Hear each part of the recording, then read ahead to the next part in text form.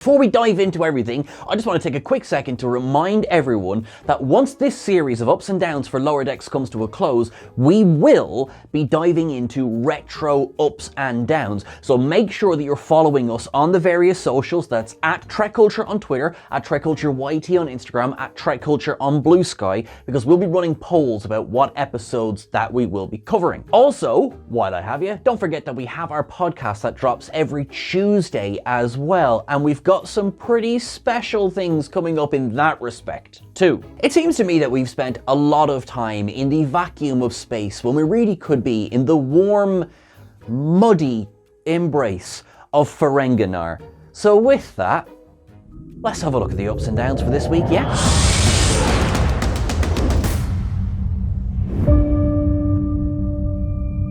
Season 4, Episode 6 of Star Trek Lower Decks, Parth Ferengi's Heart Place. I just love the name. We are heading to Ferengi. Before that, we do join in with the Ferengi straight away. And one thing that I was actually really interested by is that in the very beginning of this episode, we find out there's a connection between at least one of these Ferengi and the ship that's been vanishing all of these other ships. So taken up for that, because that was unexpected. We then, unfortunately, we don't spend much time with these Ferengi because they get vanished. So whatever deal this Ferengi thought he had going, that got turned around pretty quickly. Another deal that's happening with Ferengi is the fact that the Cerritos and the Parliament class USS Toronto, just taken up for the return of the Parliament class because I love that ship, are in orbit over Ferengi. Yes, we're actually going to visit Ferengi in this episode. One thing I've really enjoyed about Lower Decks is that it's taking us to worlds that are not necessarily often visited in Star Trek. We had the never before visited Orion 2 weeks ago, and now we have Ferengi, which, you know, there's only a handful of times that Ferengi has been visited. So take another up for that one. The Cerritos is in orbit because Grand Nagus Rom is coming aboard to meet with, the Admiralty to discuss entering the Federation. It's finally got to this stage that Ferengi might be joining the United Federation of Planets. If you thought maybe that was a throwaway name, nope. Rom and Lita both board the ship. That's right, Max Grodenchik and Chase Masterson return to Star Trek this week, and it's a lot of fun. We've had so many legacy cameos now throughout Lower Decks, that it's so exciting when we get a return of these characters. I mean, Rom and Lita are they come as a pair. It's been like that since season 5 of Star Trek Deep Space Nine, and I am delighted to say there's no risk of that changing anytime soon. I didn't realize how much I missed things like just the way Max Grodenchik pronounces anything. But as Rom, it's just, his voice is so soothing. And also, I mean, he's very welcome back, particularly now, because remember, he may be the Grand Nagus, but Rom's a Union man. Our side plots this week revolve around Rutherford and Tendi, Mariner, and Boimler. They're all going to go off in their separate directions. Rutherford and Tendi are being drafted by Ransom to basically take up the Ferengi marital experience. They've got to pretend to be a couple, and then they will be treated to, a deal on Ferengi about that, and you can kind of feel the smile already coming off me. Mariner and Boimler are both tasked with effectively doing the Starfleet travel guide to Ferengi. Boimler's, of course, very excited, and he's going to run around, he's going to visit all the museums, and he's going to go and try and completely overwork himself. Just standard Tuesday, really, for Boimler. And Mariner is not feeling it so much. I'm going to come back to that in a moment. Rutherford and Tendi, up. Sort of as per usual, but continuing to prove to us why they're a good pairing. The absolute chemistry that Noel Wells and Eugene Cordero have vocally with each other just comes through in waves, to the point where you really believe them when they say, "Sure, we've no chemistry, we're friends." The sentence shouldn't make sense, and yet it does. You know what I mean? So they're getting drafted as this married couple, and they're more embarrassed than anything else. And of course, the framing of this storyline is set up to look as though, oh, Rutherford and Tendi are finally going to get together this week, and there's so many jokes peppered through the episode that seem to be leading towards that. So the four of them, they board their shuttle, they go down to Ferengi. Again, just bloody gorgeous to see this, I guess this HD animation of Ferengi taken up, because Ferengi was always a great design, but because of, well, I guess what was available to us in the mid-1990s, we've never quite had as good a look as I would want to have had up until this point. But no, we're right in the thick of it, right in the middle. It's very neon lights, and it's exactly the kind of Vegas air that you think it would be. Also, the rain is chucking it down. You might even say it's glebening. They land the shuttle down in front of the Loeb's Lodge, and one really subtle little thing is that just as they do, Mariner puts money in the meter. Up. And it's little simple things like that that just speak to, you know, when I say the realism of Ferengi. It's like, yeah, you don't think you're parking for free, do you? And in the middle of the city as well. I'd say that was probably more like a solid brick of gold press latinum that went into that. Mariner gets off a great crack. She says, oh yeah, this is what heaven would look like if God were stupid. I just kind of like the idea again that, you know, this might be an idiom or a phrase that, you know, like, obviously there's been a lot of talk recently about Roddenberry's view of the future and whether or not there's any place for religion or belief in that. But I mean, I loved that. You know, this simple little expression and these simple little statements that they do tend to last much longer than anything. So yeah, I love it. Much like I loved the inclusion of the hijab last week, I loved the fact that not only is Mariner aware of God and heaven, but also this is a bloody disconnect. Just before we leave this scene, I love the fact that Boimler's so excited to haggle at the Museum of Gambling and to gamble at the Museum of Haggling. It's up. Aboard the ship, we've got, you know, everything is set out for this lovely, you know, diplomatic meeting where we're going to go through the contracts, and this admiral is very secure that, like, look, this is an opening. Grand Nagus Rom, please. We'll only be on to our second course of tube grubs and we'll already be talking about it. It's fine. Rom sort of proves his point when he's like, I like baseball. I love the way Max Grodenchik pronounces things. You know, Lita sort of, you know, raises the eyebrows as I talked at the end of the table to the Admiral and Freeman. Lita says, look, you know, Rom says, we want to change some of these numbers. Can we just kind of make him feel like he's involved?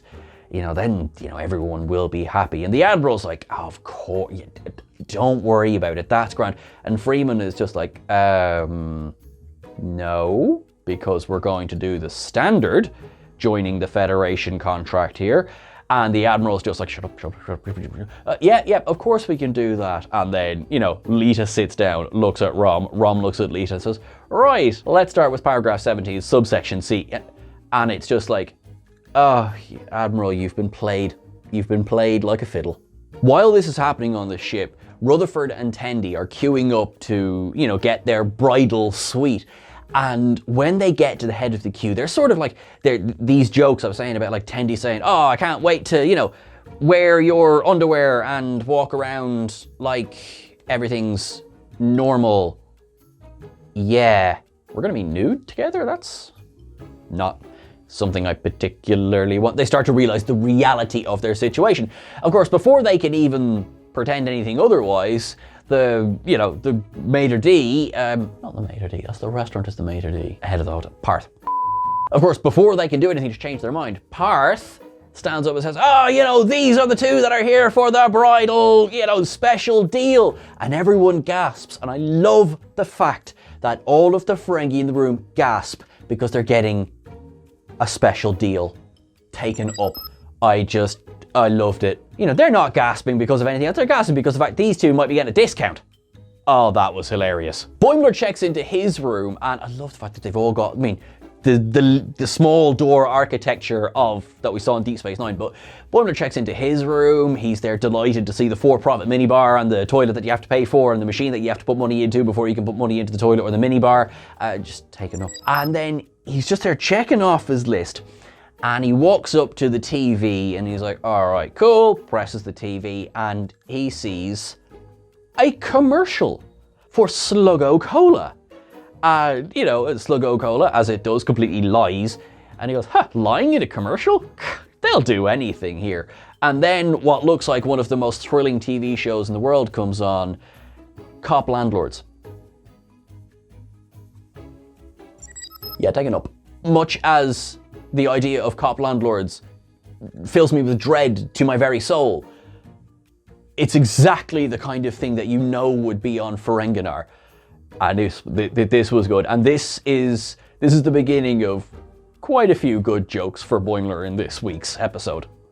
Mariner has gone to meet her friend Quimp, who we remember from season 1. So take an envoy. Taken up for that one because he appeared in the episode Envoys. I'm leaving that one in there. It was great to see Quimp again, and her storyline this week revolves around the fact that she's dissatisfied in her role as a Lieutenant Junior grade. She has no reason to be feeling this way, and down. A couple of weeks ago, I gave an up, and a very earned up, to what was character growth in Mariner. It was when she and Ransom were in the menagerie, oopsie, and we saw that when the question was put to her of why she trick acts the way that she does, that it was self-sabotage, and we saw her come to terms with this. So having her, she has to go out on a bender because, Ransom is just so, supportive, and I'm Lieutenant Junior grade for now. This feels like if you were going to do this storyline, this comes before the menagerie. It's down. And it frustrated me this week because I like Mariner in it. I think, it's funny that she's getting drunk with Quimp. They go to the library that looks like it's part of the red light district. It's like books, and books. Yeah, sorry, that's an amazing library. That's getting it up. Then she's getting into fights and everything. And yeah, it's all classic season 1 Mariner, but we're in season 4.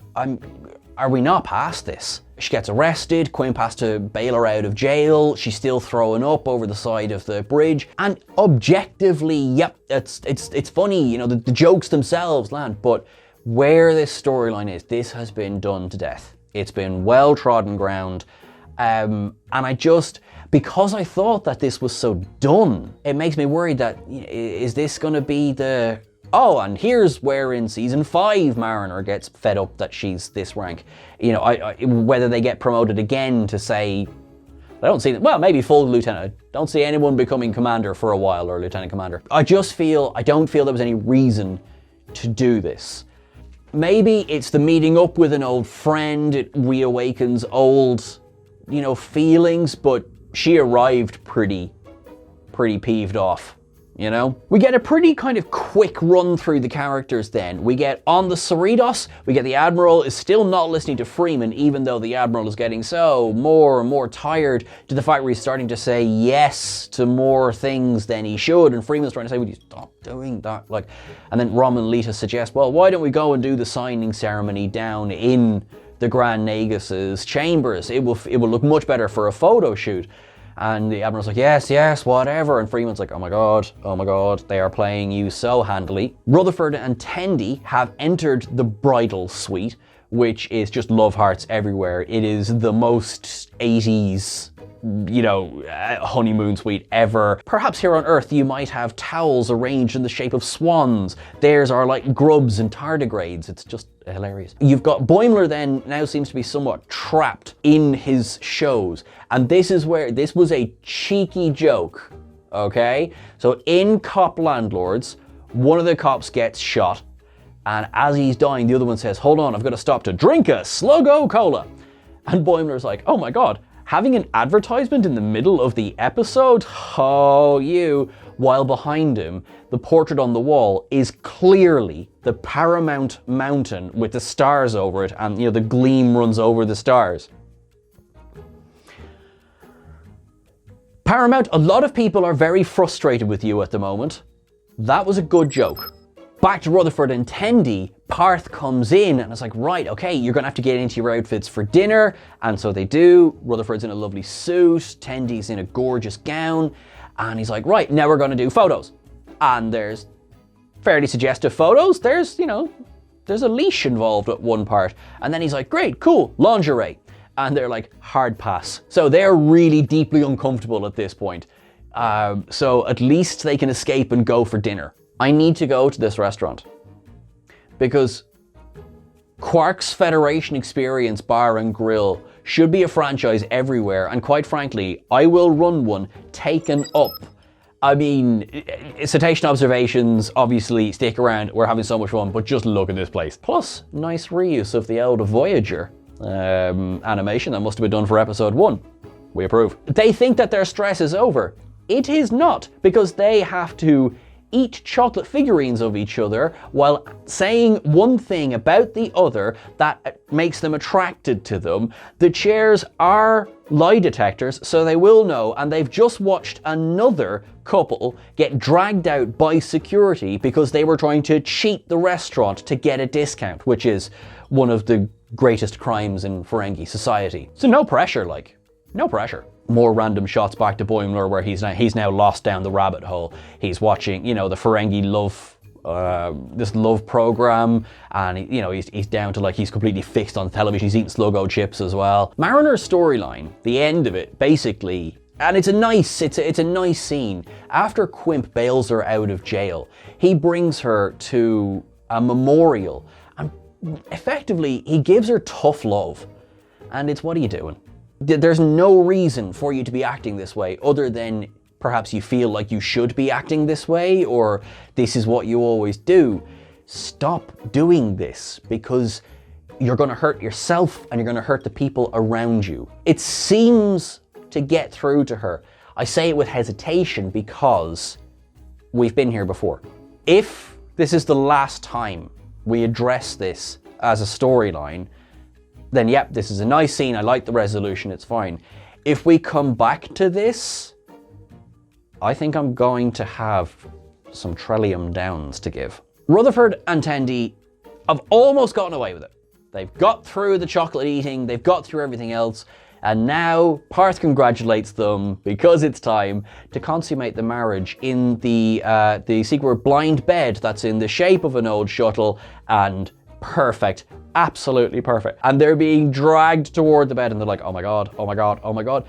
And who else but Dr. Miglimoo is standing there in the room, because he's come in, because his people developed space travel so that they could taste different foods throughout the galaxy. And also, I have so much respect for that one. That's an up from me. He says, oh my god, it's Rutherford and Tendi, the two most platonic friends on the Cerritos. And of course, it's like the record skips, what do you mean platonic? And there's some pretty quick thinking, and it absolutely works. Basically, they both insinuate that they're both in love with Miglimoo. Miglimoo's aware of this and has come down to ruin their wedding. And he's like, oh my god, no, please don't break up, I'm so sorry. And they storm out, and that's the end of that. And Miglimoo is just in bits, but it's okay because he's offered the home wrecker deal.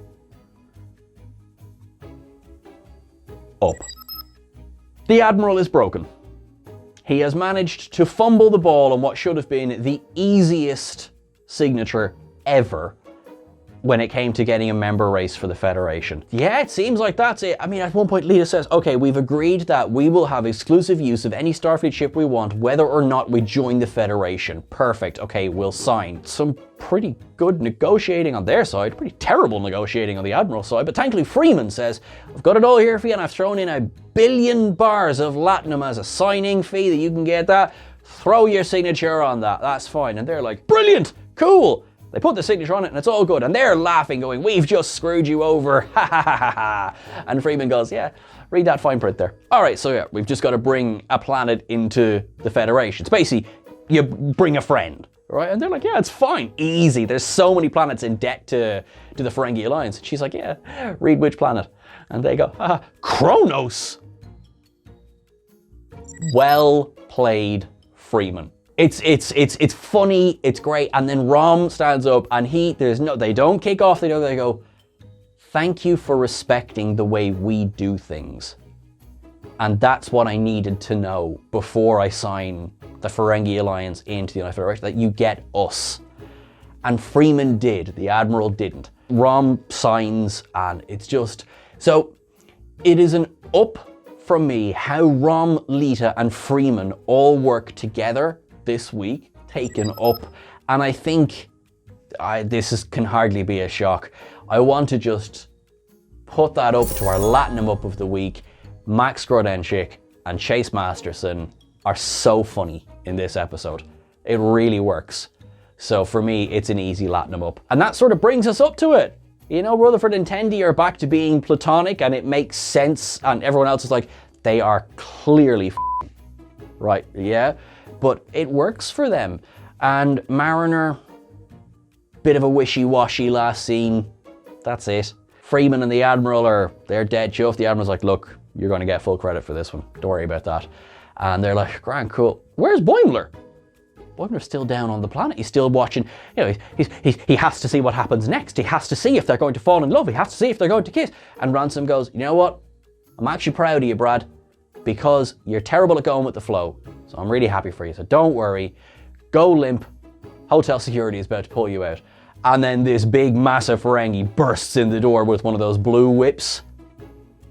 Take it up. Now, folks, will you join me kindly at Cetacean Observations?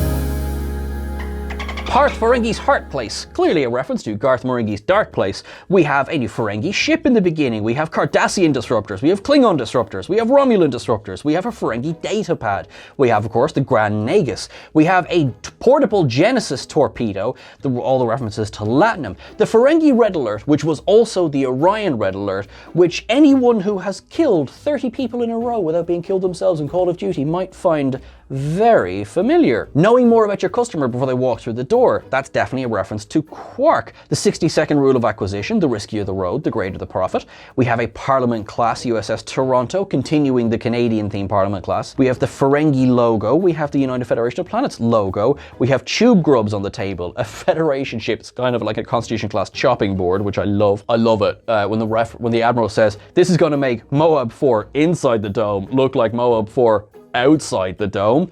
The Masterpiece Society from the Next Generation. Rule of Acquisition number 10. Greed is eternal. Max Grodenchik, Chase Masterson. And of course, he has a Hoperian servant as well, much like Mahir do. Self-stealing stem bolts. Nurse Westlake, who is of course a reference to Chris Westlake, who wrote the theme tune for Star Trek Lower Decks. We have those shuttles, I'm going to call it Quark's Treasure, but it's those Ferengi shuttles flying around. All of the rain on Ferenginar, as I say, Glebening. It may not have been said in the episode, but I want it known. The Ferengi Tower of Commerce. Now, some of these signs are hilarious. Of course, Slogo Cola, Acquire pour homme.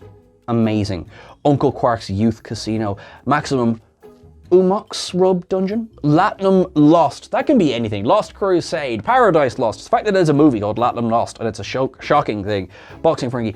You've got to pay Latinum to Park, which is just hilarious. The What Would Heaven Look Like If God is Stupid. The smaller Ferengi doors. Getting a great deal, everyone gasps. Okay, for profit. Everything is for profit. The view screen seems to me bit of a reference to the CBS logo. The Ferengi text rolling up and down that we've seen in The Next Generation and Deep Space Nine before. Slogo Cola in general, like if you look at the logo, and in fairness, Slogo Cola came first, but Slurms Mackenzie from Slurm Cola Futurama, anyone? Paramount logo is an egg behind Boimler in the hotel. Grub Brunch is the name of the restaurant where Mariner meets Quimp. Quimp references crashing that O-berth, which is just hilarious. Mariner orders 2 Cardassian tequilas and a dagger of the mind on the rocks. The grubs being served in the dish that was first seen in Conspiracy all the way back to TNG Season 1. So many references to baseball, 3 strikes, you're out. Slogo chips. The horned dog that we would have first seen in the original series episode, The Enemy Within, turns up in Cop Landlords. In the Office Romance one, the Ferengi ties that they're wearing are all very Ferengi patterns that we're using, and there's a character named Bok referenced as well. The romantic tardigrades or grubs on the marital bed, just so cute. We have Dabo, we have the Enterprise D, we've got Voyager, Quark's Federation Experience Bar and Grill with the NX-01 nacelles, we've got a Mugato in the corner, we've got the Guardian of Forever, we've got 10 Forward, we've got the Vulcan Temple from Amok Time, we've got the 1701E Observation Lounge table where some Ferengi are sitting. The Next Generation theme is playing as they walk in. Does this make this diegetic music if it's in universe but also the theme tune of the show? Interesting. TOS computers on the tables. We have Spock themed Mater D's, Jeffrey's Tube entrance in the background, red shirts where no one has gone before, holodeck arcade, the red alert sound when the Ferengi couple try and scam the restaurant, the TOS table that Rutherford and Tendi are sitting at. Another waiter who is Klingon themed. We have the security guards arriving in Next Generation Gold. Argo shuttle is flying over the Dominion War Memorial where Mariner and Quimp are talking. I just love the fact a sober farewell to lost prophets taken up. Blind Box, the Galileo shuttle, the rock face that we often saw in the cage in so many episodes of the original series as well. We have a Bigfoot looking character who is a Taurus 2 anthropoid from the episode The Galileo 7. Ferengi head-shaped balloons, just amazing. The Grand Negus chambers that we would have seen in Deep Space Nine before, of course. The 8th rule of acquisition, small print leads to large risk. Ferenginar is now at least on its way to being a member world of the Federation. That's a reference all the way back to the DS9 episode Valiant. A suggestion was made by Starfleet for Ferengi to join, or for Ferenginar to join the Starfleet, or to join the Federation. And of course, the blue whips that we first saw all the way back in The Last Outpost.